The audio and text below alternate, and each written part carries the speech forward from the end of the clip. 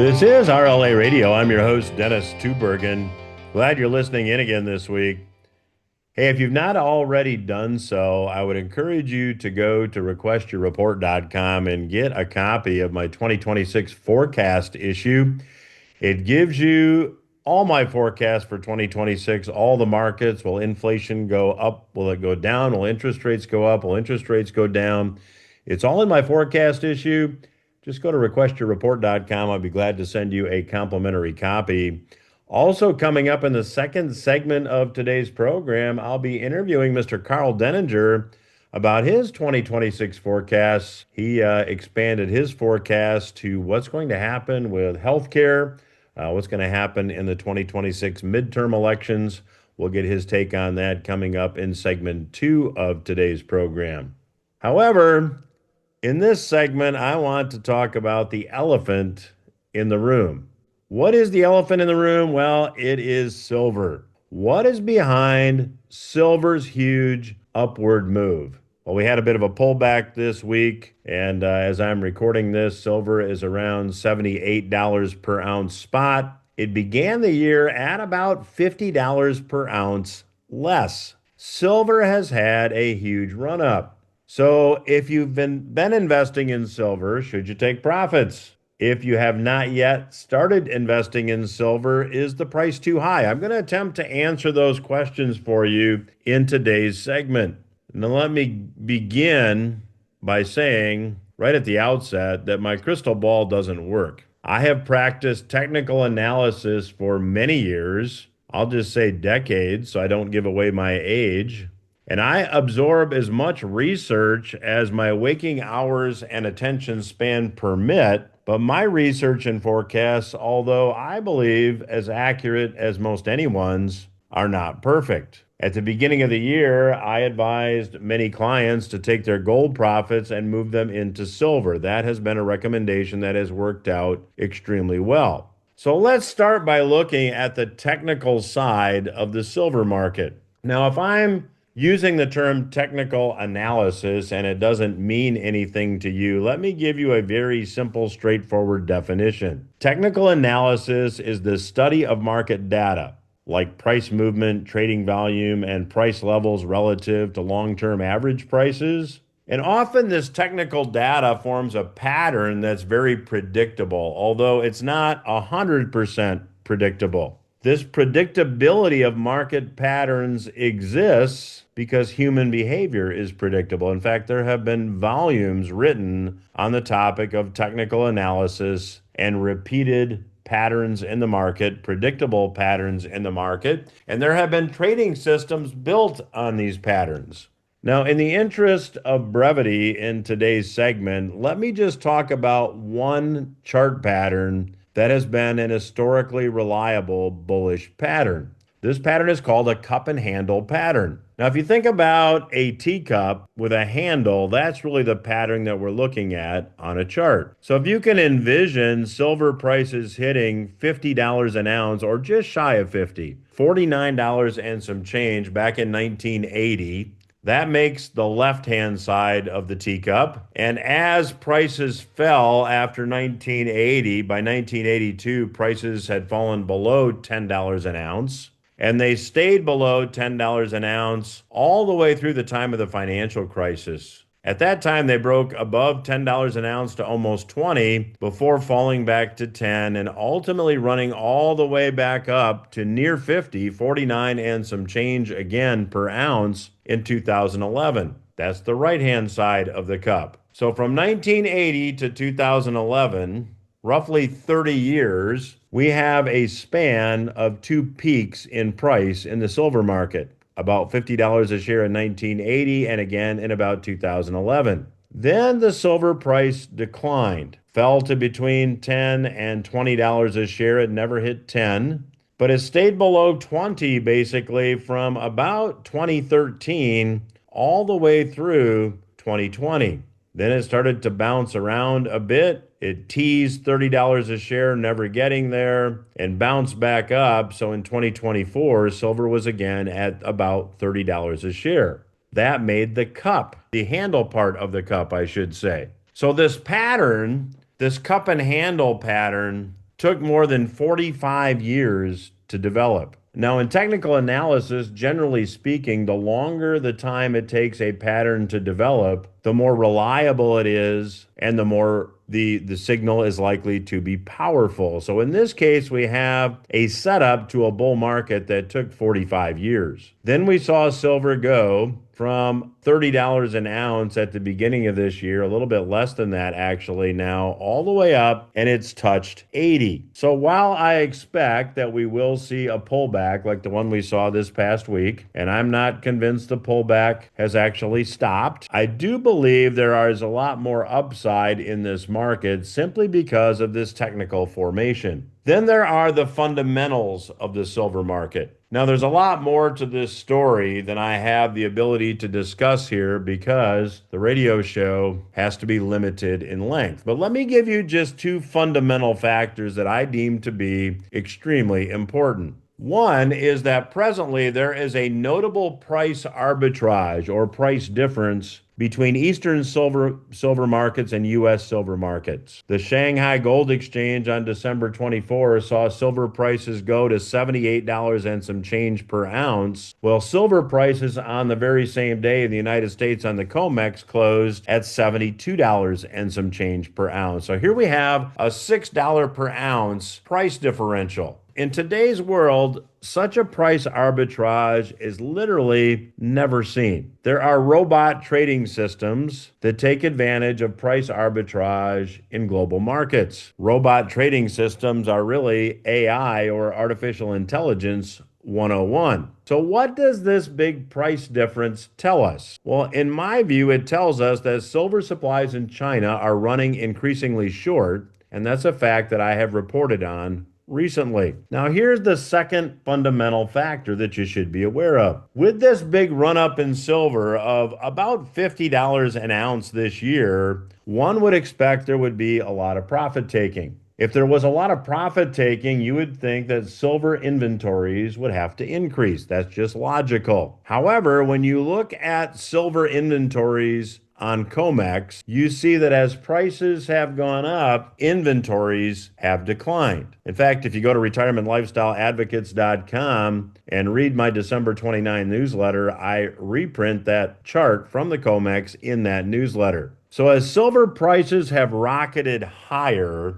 inventories are declining. What does that tell you? It tells you that there's not a lot of profit taking because silver inventories are not expanding. And when you review open interest in silver futures contracts on the COMEX, there's more open interest as we close this year, enter the new year, than at any time since December of 2012. Now, again, my crystal ball doesn't work all the time. However, this tells me that despite the recent monster gains in silver, we may see some more upside ahead.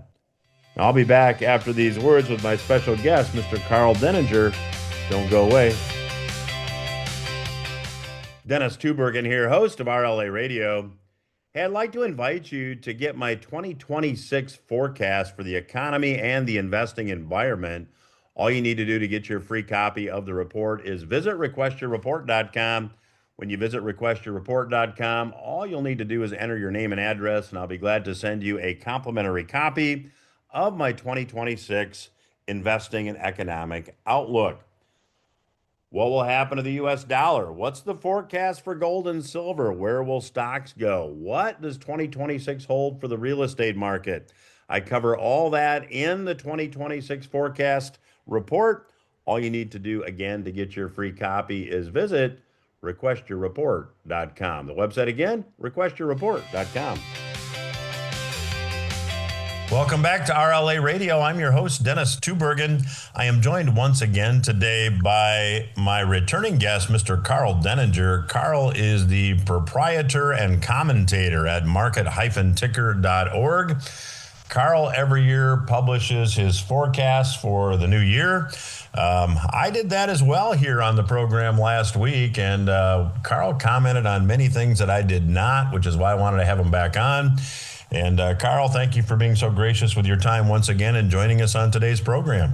Well, thank you very much. And yeah, these are always fun because there's usually quite a difference of opinion. Well, let's start with just briefly because the clock is running. I had forecast that the AI bubble looks susceptible to popping this year, and I think housing's got a lot more downside. Just to put it in a nutshell, I think you see that the same way, but can you comment? Yeah, the AI bubble is very clearly in the process of topping and will burst. And the essence of the problem is just mathematics. What has been put forward as the so-called committed build rate not only can't be done profitably. I mean, if you think about it, you have to make money in order to continue to do something economically, right? I mean, at some point there has to be a profit at the end of the rainbow. And the amount of cash, I mean, if you look at an operating margin, if you put $1 trillion worth of equipment on the ground, you need to be able to make a 10% operating margin off of that $1 trillion in order to be able to reasonably continue forward as a going concern. Well, that's 100 billion. I don't see any way that with $1 trillion, and by the way, $1 trillion is on the low end of what people are saying is going on to the sheet next year. There's no 100 billion, all right? That's nonsense. You're talking about single-digit billions that have been made so far. So we are so wildly off what this can be sold at versus what it costs that I just don't see any possibility that it works. And then the second problem is that you can put up a data center, but if you don't have power availability to operate it, you've got a very nice, empty, dark building.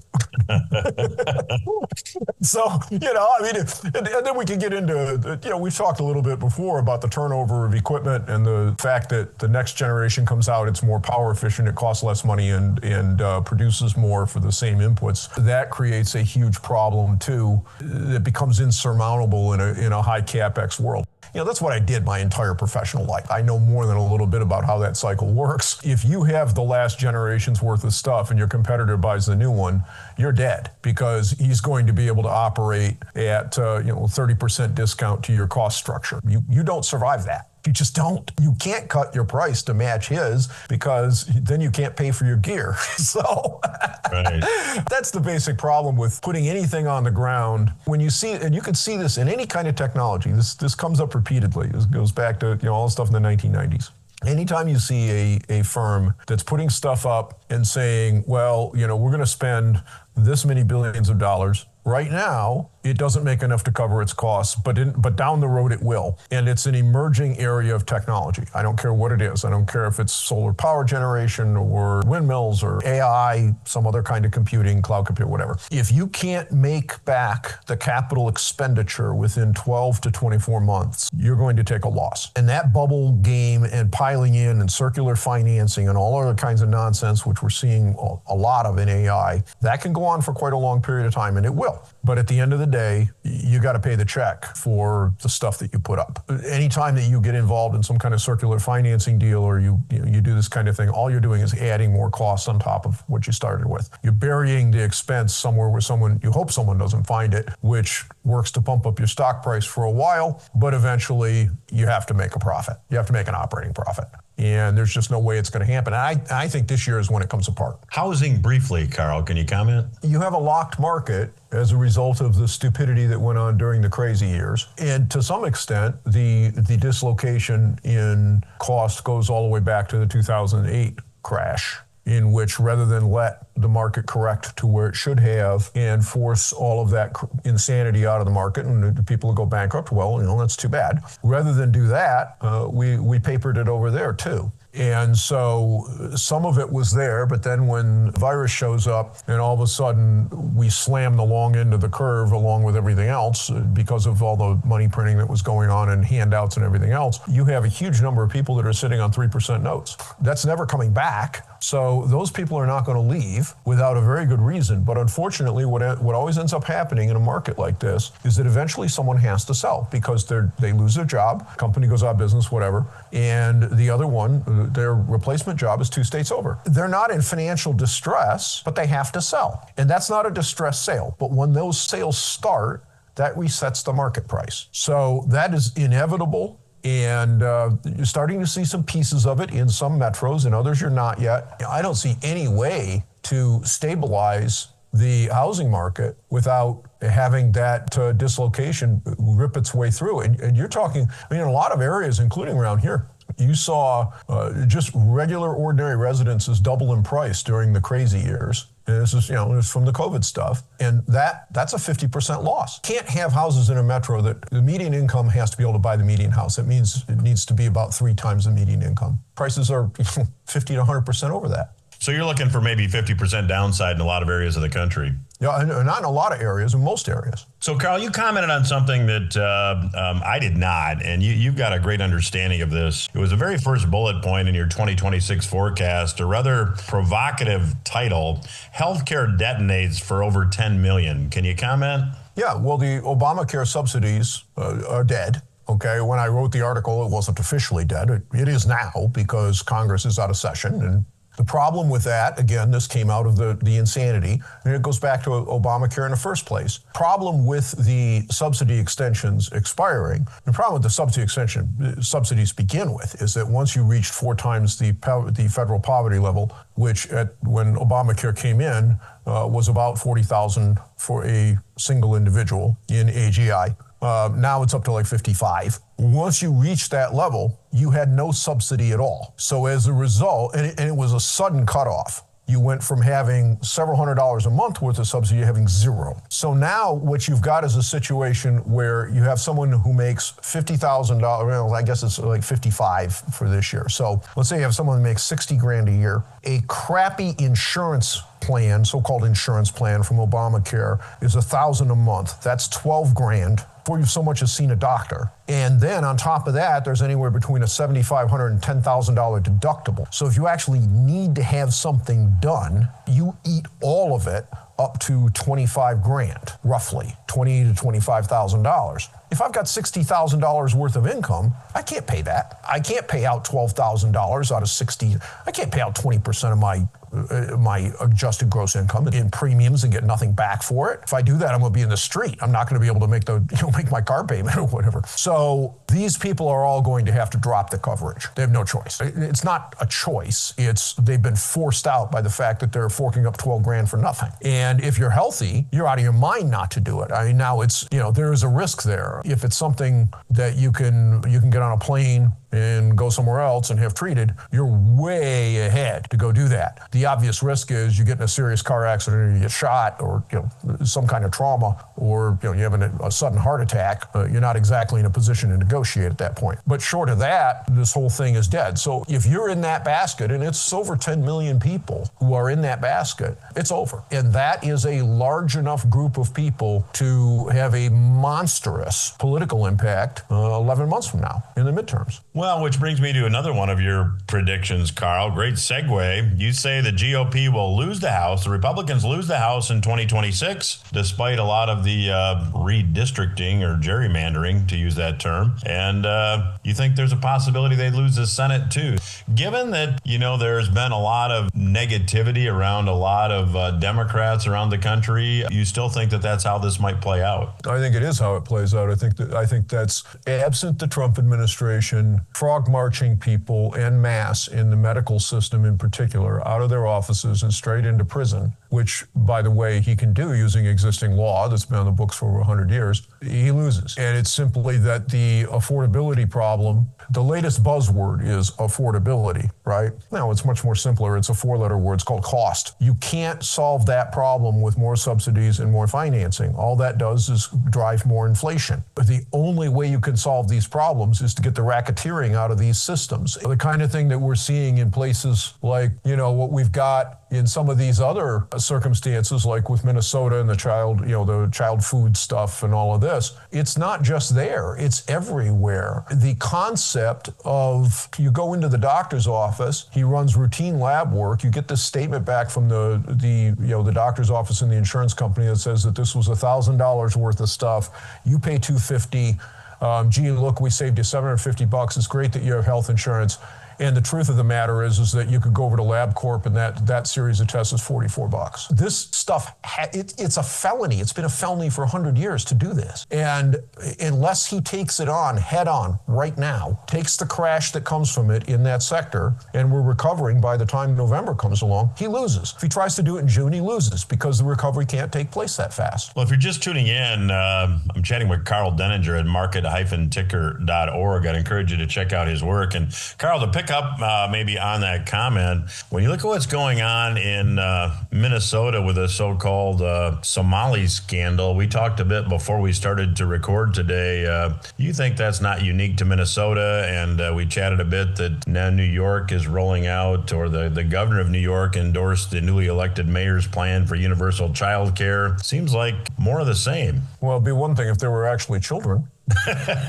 Well, I mean, a lot of this stuff that's been uncovered in Minnesota, there's apparently one of these daycare managers that is saying, oh, you just caught us on a day that we were closed or at a time that we were closed. We didn't have kids there, but we're real. Okay, yeah, and there's 66, in many of these cases, what they found is like 66 of these daycare businesses or home health care businesses all registered to a P.O. box. Really? So you're running your business out of a P.O. box, huh? No physical address. Right, sure. And the thing is, it's not just there. It's a similar set of schemes has been found in Ohio.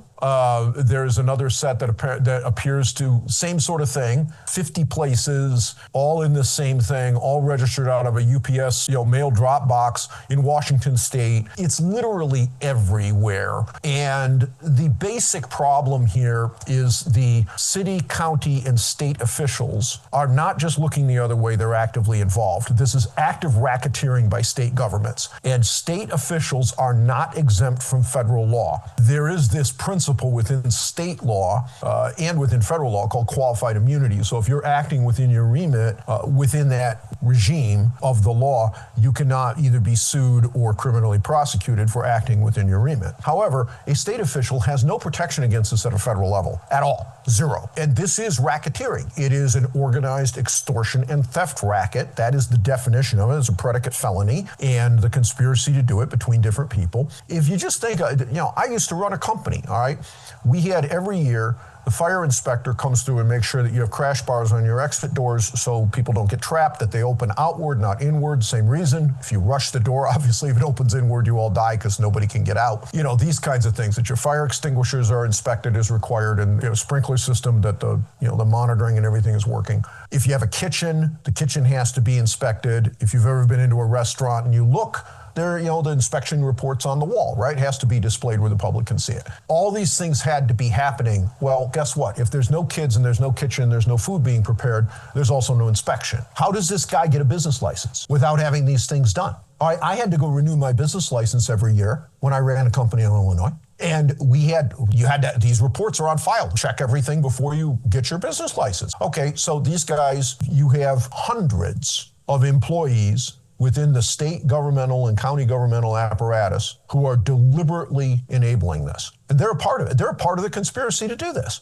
This is not just a bunch of, a handful of people who decided to rob the government. This is the state government, the county government, the city government robbing every taxpayer in America. And they're all doing it in concert with each other. The only way this stuff stops is if those people, not just the Somalis, but all the people in the state government that are involved in this, if all of them go to prison. So, Karl, about 4 minutes left in this segment. I want to do an abrupt change of direction here. Forecast for the economy for 2026. Stagflation? Does the economy keep growing? How do you see things playing out this next year? I think we're going to fold back on this. And this is going to be a very serious problem.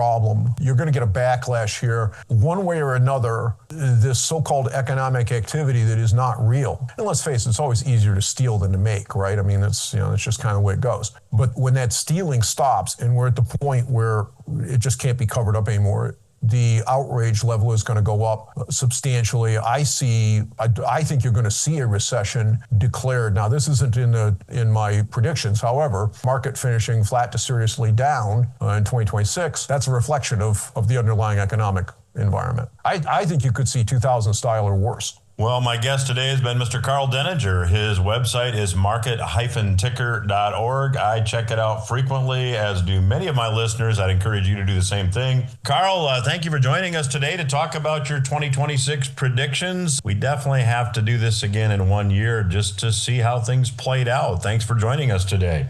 Yeah, that would be fantastic. We will return after these words. Dennis Tubbergen here, host of RLA Radio. Hey, I'd like to invite you to get my 2026 forecast for the economy and the investing environment. All you need to do to get your free copy of the report is visit requestyourreport.com. When you visit requestyourreport.com, all you'll need to do is enter your name and address, and I'll be glad to send you a complimentary copy of my 2026 Investing and Economic Outlook. What will happen to the U.S. dollar? What's the forecast for gold and silver? Where will stocks go? What does 2026 hold for the real estate market? I cover all that in the 2026 forecast report. All you need to do, again, to get your free copy is visit requestyourreport.com. The website again, requestyourreport.com. Welcome back to RLA Radio. I'm your host, Dennis Tubbergen.